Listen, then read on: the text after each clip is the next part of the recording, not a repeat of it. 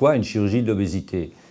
Tout le monde connaît les effets délétères de l'obésité sur la santé. On sait que les obèses, et particulièrement avec un rapport poids-taille supérieur à 40, perdent 10 ans de vie statistique. Pourquoi? Parce qu'ils font de l'hypertension, du diabète, ont un risque accentué d'accident vasculaire cérébral, d'infarctus, etc. Donc, nous n'opérons pas les patients principalement pour raisons esthétiques, bien que le patient y soit très sensible, évidemment, mais nous les opérons pour raisons de santé, puisque la chirurgie de l'obésité, qui est la méthode la plus efficace actuelle pour traiter les obésités majeures, permet de diminuer ces maladies, on appelle ça des morbidités, de façon extrêmement importante, telles que le diabète, l'hypertension ou le syndrome d'apnée du sommeil. Donc les patients qui viennent nous voir, bien évidemment, sont sensibles à l'image corporelle, mais sont également sensibles à leurs difficultés de mobilisation quotidienne liées à leur obésité et à leurs maladies associées. Donc nous les opérons dans ce but, et pour cela, il y a un parcours fléché qui est bien circonscrit par l'ARS, qui nous demande 6 mois de préparation drastique avant toute prise en charge chirurgicale, et c'est ce à quoi nous nous employons au CH de Cambrai.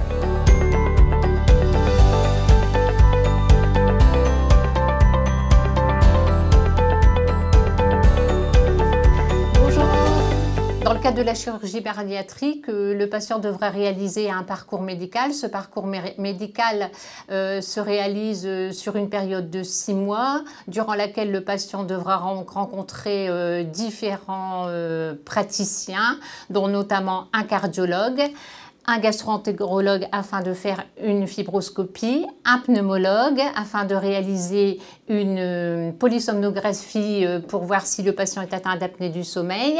Il devra également rencontrer un dentiste pour faire un bilan dentaire, également notre psychologue, notre diététicienne, et cela durant 4 fois.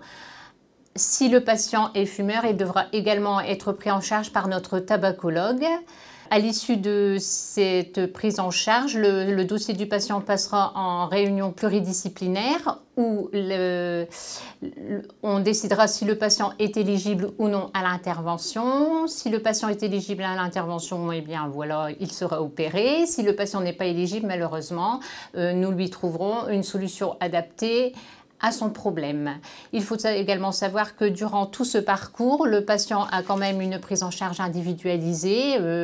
Les infirmières référentes sont là tous les jours, joignables au téléphone toute la semaine pour répondre à toutes les questions que le patient pourrait se poser.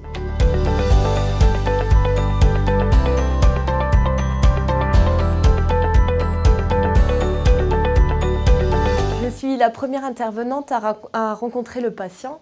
La première consultation a pour objectif de faire connaissance avec le patient, de discuter avec lui de son projet de chirurgie et de reprendre tous les éléments médicaux dont le chirurgien a besoin pour sa consultation. Le patient va ensuite rentrer dans le programme de préparation à la chirurgie.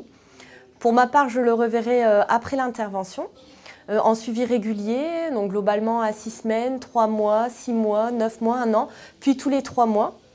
L'objectif de ce suivi est de refaire le point sur les comorbidités associées au surpoids du patient, de rechercher d'éventuelles complications chirurgicales, de refaire le point au niveau nutritionnel et de rechercher d'éventuelles carences vitaminiques. Le suivi est très important, essentiel et même indispensable, garant d'un bon résultat pondéral, surtout à long terme.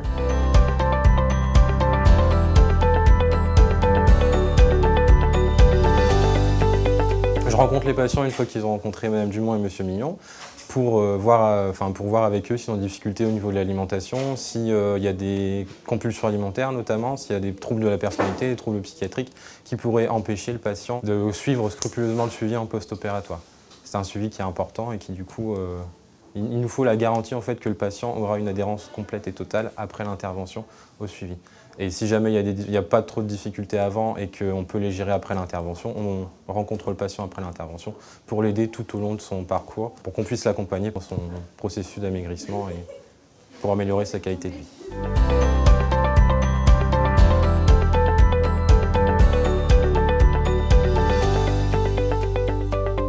Donc, on va d'abord prendre les dates opératoires. Il y a quelque chose qui a changé, c'est que la Sécu nous impose 6 mois entre le moment où je vous ai vu et le moment où vous opère.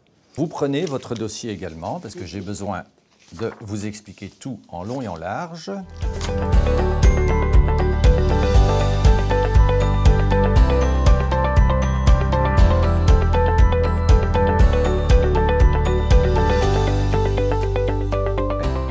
D'accord? Donc c'est magnifique. 6 mois, 1 an, vous êtes quasi normal. Bonjour madame, ça va? Oui. Pour la fille? Oui, c'est ça. Je vais vous accompagner à votre chambre. D'accord.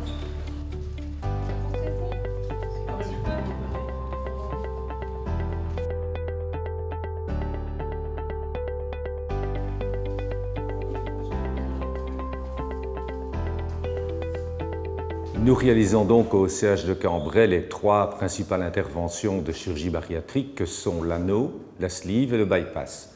L'anneau est une intervention de restriction, en ce sens que l'on crée une toute petite poche gastrique au sommet de l'estomac par l'anneau, laquelle poche, lorsqu'elle est remplie, donne le sentiment de satiété et impose au patient de s'arrêter de manger.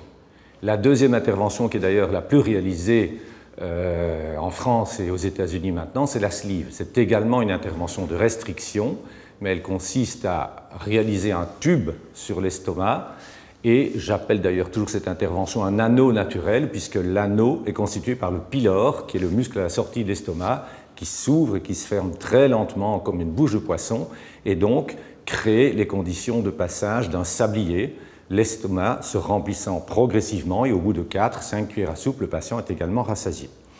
Et la troisième intervention, le bypass, qui, elle, est une intervention à la fois de restriction, donc le malade mange moins, et de malabsorption, puisque l'on crée un petit estomac, ça c'est la restriction, et l'on dévie 1,50 m d'intestin grêle, qui ne participe donc plus à l'absorption des aliments et entraîne donc une malabsorption.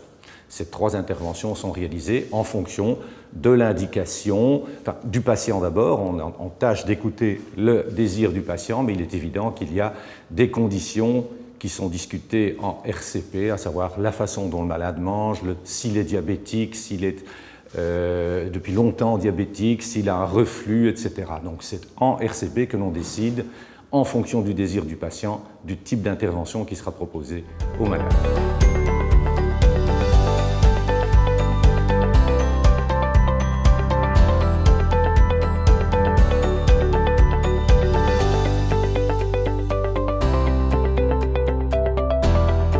Je prends en charge le patient durant les 6 mois précédant leur intervention afin de les aider à rééquilibrer et restructurer leur alimentation.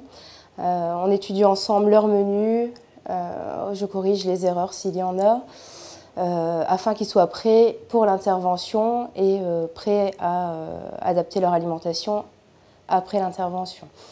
Donc je les vois tous les mois environ, donc pendant 6 mois. À la fin de ces 6 mois, on présente le dossier en RCP pour évaluer s'ils sont aptes ou non à l'opération, s'ils ont fait les efforts nécessaires. Après l'intervention, je les vois le lendemain également pour discuter du protocole de réalimentation, répondre à leurs questions et également les aider au retour à domicile pour composer leur menu par la suite et les accompagner tout simplement.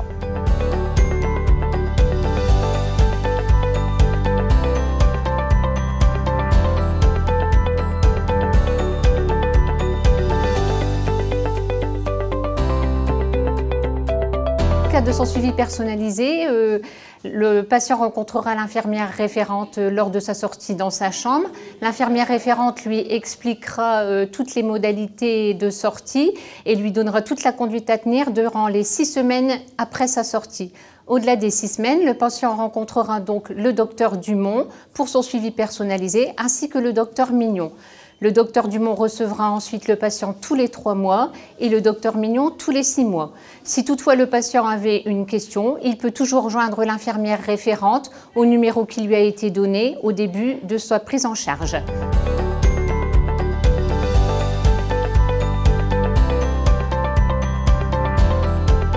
Je me suis fait opérer le 10 septembre 2015.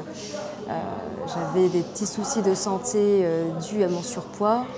Et le fait est que je me suis renseignée et j'ai pris attache directement avec l'hôpital de Cambrai pour avoir plus ample d'informations. J'ai été très bien accueillie, donc ça s'était très bien déroulé. L'opération en elle-même, plus de peur que de mal, pas de douleur. Et le fait est que je me suis fait opérer donc le 10 septembre 2015 et le 25 décembre 2015, j'avais déjà perdu 25 kilos, ce qui est vraiment énorme, énorme.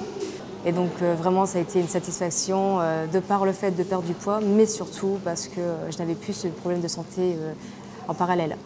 Qu'est-ce que j'ai adoré aussi d'être présente dans l'établissement de l'hôpital, c'est que le suivi est vraiment maintenu. On rencontre la nutritionniste et aussi le docteur Mignon, la personne qui nous opère.